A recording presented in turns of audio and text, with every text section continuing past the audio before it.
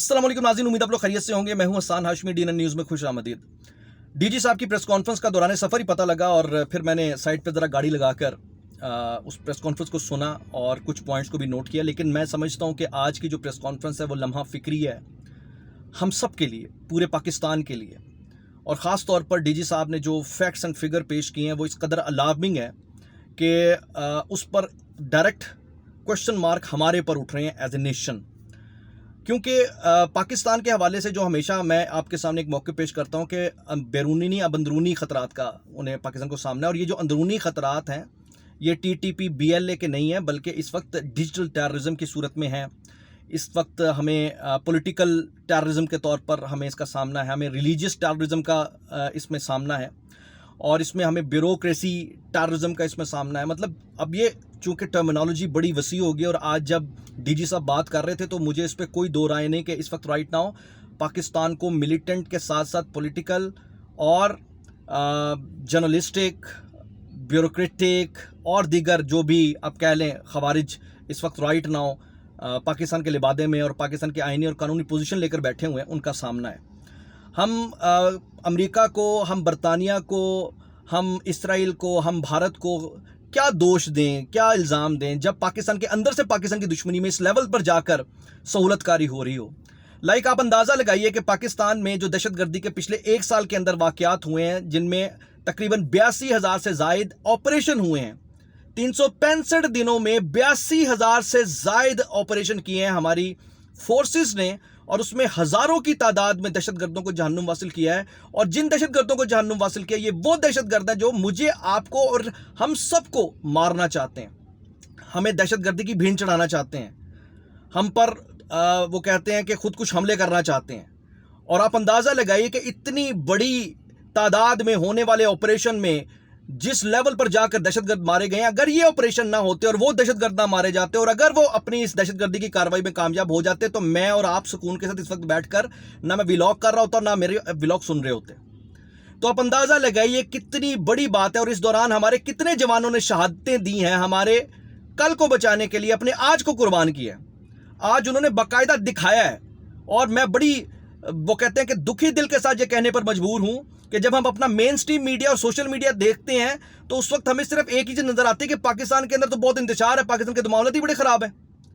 हाँ है, कोई शक नहीं है, लेकिन ये जो मामला ख़राब हैं ये खुद हमारी अपनी पैदा की हुई वजूहात की वजह से हैं। लाइक ये छोटी बात है कि आपके 80% दहशतगर्दी के वाक़यात का जो लॉन्चिंग पैड है, में मरकज़ और मंबा है, वो आपका खैबर पख्तूनख्वा है। और वहाँ की हुकूमत जहाँ मुसलसल 13 साल से पाकिस्तान तहरीक इंसाफ अपनी बरसर इक़्तिदार है, वो दहशतगर्दों के खिलाफ होने वाले ऑपरेशन के सामने दीवार बनकर खड़ी है। सुहेल अफरीदी साहब फरमा रहे हैं कि दहशतगर्दों के खिलाफ या खैबर पख्तूनख्वा में जो ऑपरेशन है ये बदमाशी है।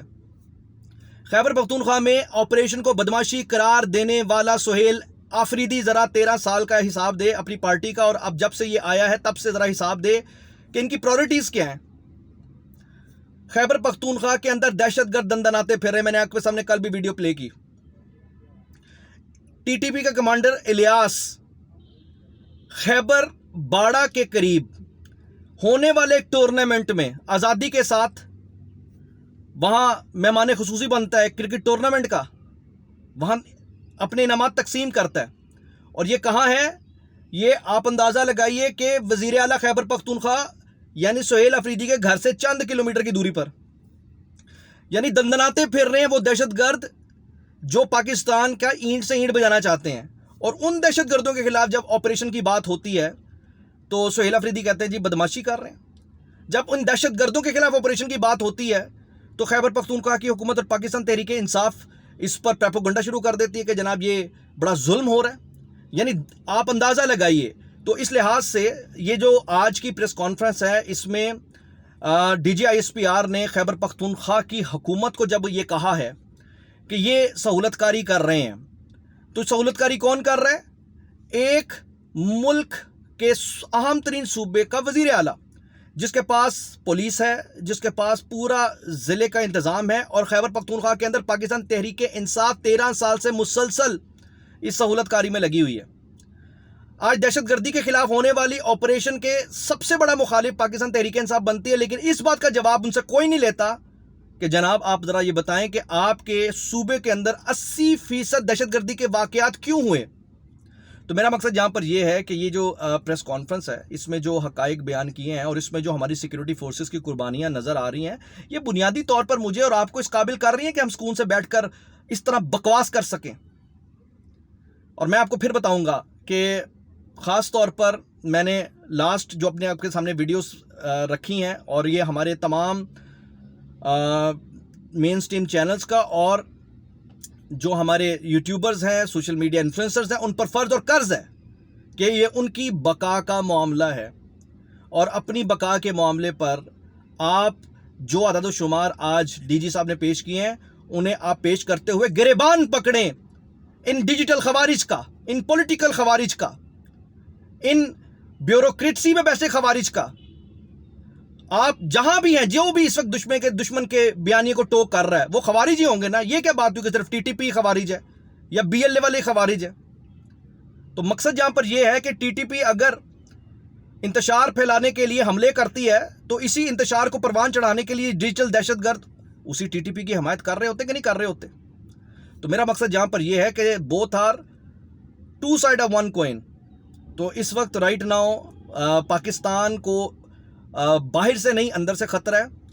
پاکستان کے اندر اداروں کے اندر بیٹھ کر، پارلیمنٹ کے اندر بیٹھ کر جب بھارتی زبان بولی جاتی ہے اور ان کی جو سہولت کاری کی جاتی ہے، اب یہ کسی سے ڈھکی چھپی نہیں ہے۔ اب اس کو فکس کیے بغیر آگے اگر کہیں کہ پاکستان ترقی کر لے گا تو پاکستان ترقی نہیں کرے گا۔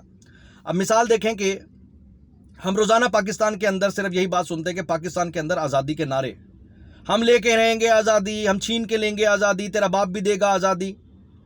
آپ اندازہ لگائیں کہ یار ایک آزاد ملک کے اندر رہتے ہوئے آزادی کے نعرے پھر پاکستان کی افواج کے خلاف کس لیول پر پروپیگنڈا اور اوپنلی کیا جا رہا ہے۔ پاکستان کے صحافت میں کھل کر پاکستان کی فوج کے خلاف باتیں کی جا رہی ہیں، تجزیے کے نام پر، آزادی اظہار رائے کے نام پر۔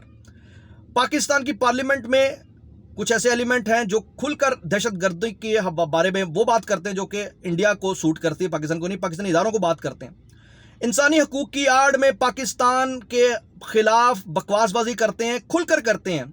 پاکستان کا دشمن اس وقت آپ کے سامنے ہے، کھلا ڈلا ہے اور کہیں سے ڈھکا چھپا نہیں ہے۔ تو لہٰذا میری صرف ایک ہی التماس ہے کہ اس پریس کانفرنس کو اپنی سلامتی کی پریس کانفرنس سمجھتے ہوئے ذرا ہوش کے ناخن لیں، جاگیں، اور دنیا کو اب میرے خیال سے یہ پتہ ہو جانا چاہیے کہ الحمدللہ ہماری سرحدیں محفوظ ہیں۔ ہمیں اپنی نظریاتی سرحدوں کو محفوظ کرنا ہے۔ شعور شعور شعور شعور کی بات کرنے والوں، یہ تمہارا شعور کہاں مر جاتا ہے کہ جب آپ کے پاکستان کے اندر ہی آپ کی سلامتی کو، آپ ہی کے ملک کو خراب کرنے کے لیے دشمن کو پیغامات بھیجے جاتے ہیں۔